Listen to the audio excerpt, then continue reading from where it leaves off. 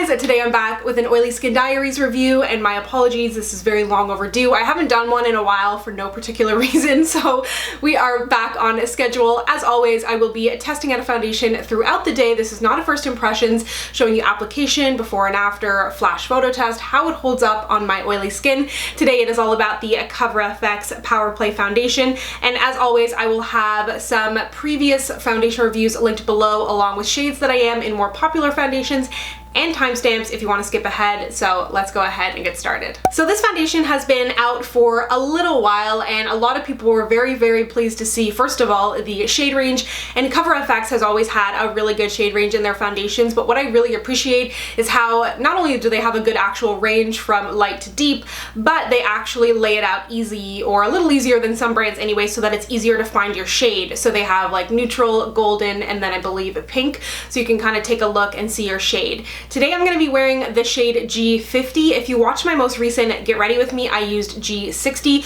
which I think I could make that shade work, but I found in the daylight when I was wearing it, I was getting that little line of demarcation. So, and you could kind of see, like I was really blending it down my neck to make it work. So I feel like once it's maybe July, that will be a better shade, but I figured today we would try G50. I kind of tested them both on my face, and it seemed like G50 kind of blended into my skin a little bit better. And this foundation retails for $44 American, 52 Canadian. You're getting 1.18 fluid ounces in here, which is just above the average size of foundation, which is about 1 fluid ounce. Comes in a plastic tube here with a little kind of squeezy bit there, which is nice. It's easy for travel. It's not glass and gonna break. I always do enjoy a pump, and I feel like it may be tricky to get the last little bit out of this foundation, but overall I do like the tube itself. The packaging is nice. So the foundation itself claims to be full coverage. It also says that it has a matte or modern matte finish, which is something that is kind of trendy lately. I feel like that's been popping up, and it kind of means something different to every brand, but in my opinion, it kind of seems like people are saying, yes, it's a matte foundation, but it's not flat or cakey like some matte foundations have been in the past. It's kind of my interpretation, and they're recommending it on the Sephora website for combination to oily skin. I think I said it has a good shade range, but I don't think I said how many shades are in there, and there are 40 shades, so to me that seems like a pretty extensive range. I actually haven't seen it all in person myself, but that seems pretty promising to me. I am going to skip primer today. I have worn it with primer and liked it. I've worn it without primer and liked it, but I figured we might as well try out one of their new setting sprays as well. This is the Cover FX High Performance Setting Spray. It's alcohol free and just claims to basically extend the wear of your makeup. Doesn't really say anything about mattifying. They do have a mattifying setting spray, which I haven't tried, but I really want to try it because I've heard good things. So I will set this half of my face with the setting spray, we'll say, and then we can see if that really makes much of a difference during the wear test. So let's go ahead and get into application. So I'm going to be using my e.l.f. Buffing Ultimate Blending Brush today. And if you want to click below, I have my Get Ready With Me where I use a sponge and an Artiste brush if you want to see it. But I like the e.l.f. buffing brush the most, and I like to kind of stipple it into my skin. That's where I feel like I get the most coverage.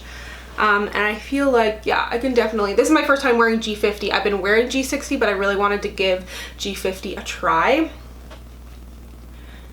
And this seems like it's a good match as well.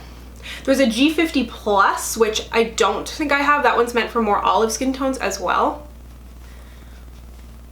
So as you can see, that's a pretty light application right there. Also, I should mention there's so many like good ingredient things about this foundation, and I need to read them off the Sephora website. There's it's vegan, cruelty-free, clean beauty, whatever that is, parabens, free of parabens, fragrance, mineral oil, talc, gluten, sulfates, and phthalates. So Cover FX, similar to like a Dermablend, is a really good brand if you have skin issues. Not only do they make like great products and they're actually really high performing, but they actually have good ingredients or a lack of bad ingredients if that's something your skin is sensitive to, but you still want something good. So I'm gonna go ahead and build it up more. It also claims to be really long wearing, sweat proof, have like microfine powders in there to help with actual oil control, because as I mentioned, they don't recommend this for drier skin, but I can't really attest to that. One thing I will say is that I don't feel like it's as full coverage. I feel like our standard of full has changed perhaps in the past 2 years, so what was once full is not necessarily full. Something like an Estee Lauder Double Wear, definitely full, but when I compare this to like a Marc Jacobs Remarkable or just a few other foundations that you're like, whoa, that's full, I do feel like you definitely need to build this up more to get to full, and I still don't totally feel like I'm at full, and I feel like I've used a lot of product. So kind of depends on your skin too. Like if you have amazing skin, anything's full coverage on you in my opinion.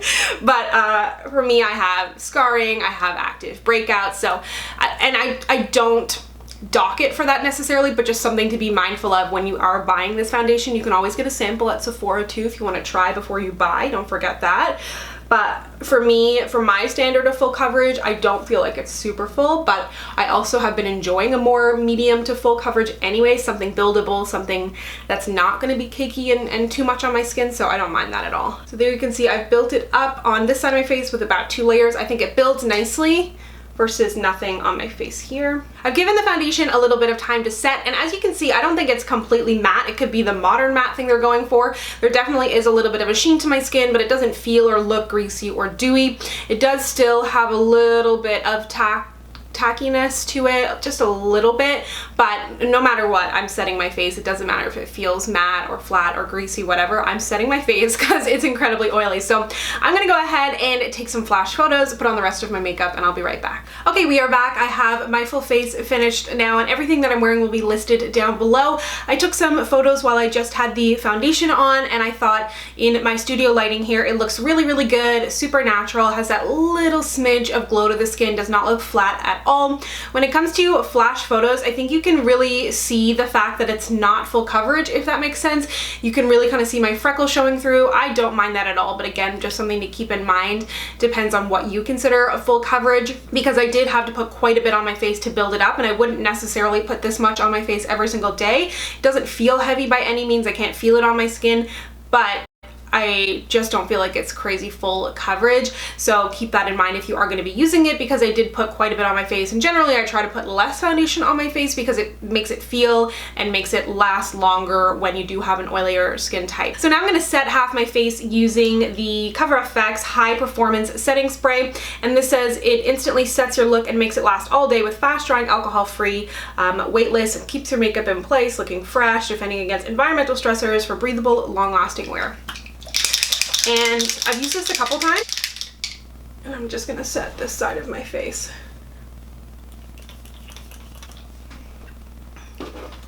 I don't, oh, right up the nose. I don't feel like this has the most, not that it's not a gentle mist, I don't think it has the finest mist ever. Definitely shake it up quite a bit before you use it. I like that it has that ball in there. So there is the non-makeup setting spray, and this is the makeup setting spray, which obviously looks a little bit more dewy now. So I'm gonna go on about my day, and I'll check back with you in a few hours in some natural lighting. Hey guys, so I'm coming to you with my midday check-in in some natural lighting. I thought you might want to see it up a little bit closer. Please excuse the mess in the background. But so far things look really, really good on the skin. One thing I'll say for sure is it definitely feels like secure on my skin. If you have oily skin, you know that feeling. But it's almost like a little bit tight, but kind of in a good way, if that makes sense. I don't know if you can tell, but I feel like along my hairline you can kind of see the shade of the foundation versus the shade here. And I don't think it looks like it oxidized. And one thing I did notice as well, which is new for me, is I don't know if you can see like this, the lines here. There's like a line on the side of my face, so that is also new. I've never really had that happen before.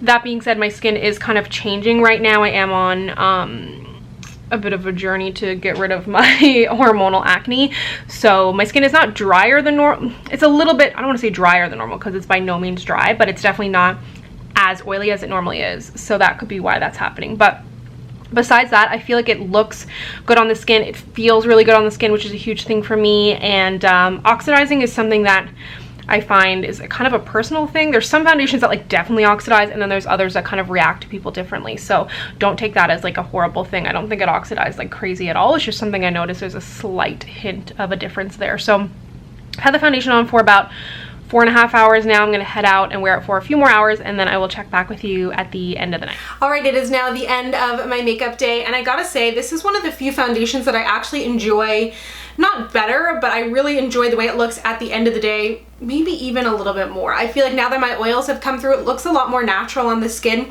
I was out for about an hour and a half. I had lunch on a patio. It's finally getting warm. Actually, it's hot here in Toronto today.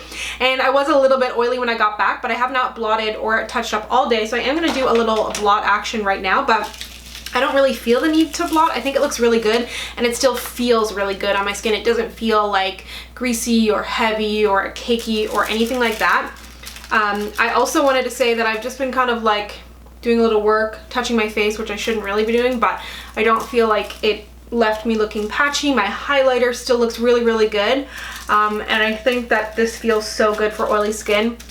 What I will say is I don't like it when you have to build it up too much. The few other times that I've worn this, I haven't built it up as much as I have today. And I feel like today I did end up with a little bit of that kind of crackiness here, which I've never gotten before. And I think it is because I built it up too much, more than I normally do. So I have a little bit of oil here, but I think it looks really good. I'm happy with the match of G50 over the G60. So it kind of depends if you're on like the darker or lighter end of NC42, if that's kind of the reference you were going from. I will do some swatches if they're not already up. They will be to come on my blog comparing G50 and G60, along with comparing it to some more popular foundation shades, so that may be able to potentially help you figure out your shade if you do want to try this. Overall, I definitely recommend this. I don't necessarily think it would work for dry skin, but I mean, you tell me, I have no real idea. For a combo or oily, I think it's definitely a great foundation. It really held up nicely. It's a hot day, and I think that the fact that I don't feel oily or heavy or cakey is just really, really nice. I think this is also make a great mixing foundation. As for the side that I need a better mirror. I'm trying to see like the side that I sprayed versus side I didn't spray. I will say the side that I sprayed feels a little bit more matte, but overall I don't see a huge difference. If you do potentially have a lot of texture on your skin, you may want to prime or exfoliate, because I did kind of get that issue with the line there. But again, I would also just recommend not building it up too much, because I feel like I put quite a bit of foundation on my face today and I didn't get to the full coverage, so I don't think it's necessary to put that much on your face. But overall, really, really happy with this. I've been really pleased with just about everything I've tried from CoverFX. I think they make great complexion products, and I really do appreciate the fact that they have such a great shade range as well. So let me know down below if you plan on trying this foundation, and let me know what you would like to see reviewed next. And if you'd like to connect with me, you can find me on Instagram, Twitter, and Facebook at SamanthaJaneYT, and I'll see you guys next time. Bye!